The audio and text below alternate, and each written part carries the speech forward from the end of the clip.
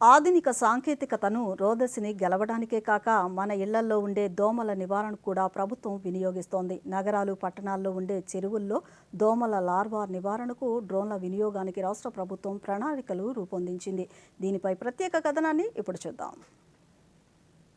సుమారు 11,391 చదరపు కిలోమీటర్ల విస్తీర్ణం ఉన్న గుంటూరు నగరంలో 10 లక్షల మంది జనాభా నివసిస్తున్నారు. వీరి ఆరోగ్యంపై గుంటూరు నగరపాలక సంస్థ ప్రత్యేక శ్రద్ధ పెట్టి దోమల ద్వారా వ్యాపించే మలేరియా, డెంగ్యూ వంటి వ్యాధుల నివారణకు స్థానికంగా ఉండే చెరువులపై డ్రోన్లతో లార్వా నివారక క్రిమిసంహారకాలను చల్లనుంది. మే నెల నుండి ప్రారంభం కానున్న ఈ కార్యక్రమానికి ఇప్పటికే ప్రణాళికలు సిద్ధం చేశామని గుంటూరు నగరపాలక సంస్థ కమిషనర్ మయూర్ అశోక్ దూరదర్శన్కు తెలిపారు. We are utilizing the drone technology for identification of the hotspots. Wherever staff is not able to reach physically in those places, we are utilizing drones for the spraying of the anti-larvicides. And all this data, technology-driven data, is also compiled in a single dashboard.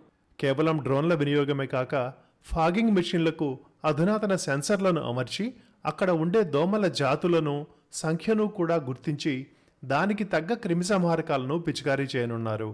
అలాగే అధునాతన సాంకేతికతతో కూడిన mosquito ట్రాప్లను కూడా నగరంలోని పలు ప్రదేశాలలో ప్రయోగాత్మకంగా అమర్చనున్నారు. In the 13 location in the city, we have installed mosquito traps which can attract mosquito in that particular area which is having a large population and trap those mosquito with very high efficiency.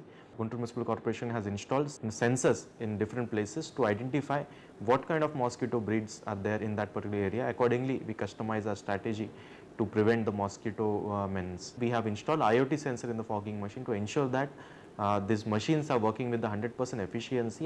రానున్న వర్షాకాలంలో గుంటూరు నగరవాసులకు దోమల బెడద పెరగకుండా ఈ విధంగా డ్రోన్లను వినియోగించే కార్యక్రమంలో ప్రభుత్వ సహకారంతో డ్రోన్లను పొందిన స్వయం సహాయక సంఘాల సభ్యులను కూడా భాగస్వాములను చేసి వారికి కూడా ఆర్థికంగా వెసులుబాటు కలిగించే ప్రయత్నం చేస్తున్నారు.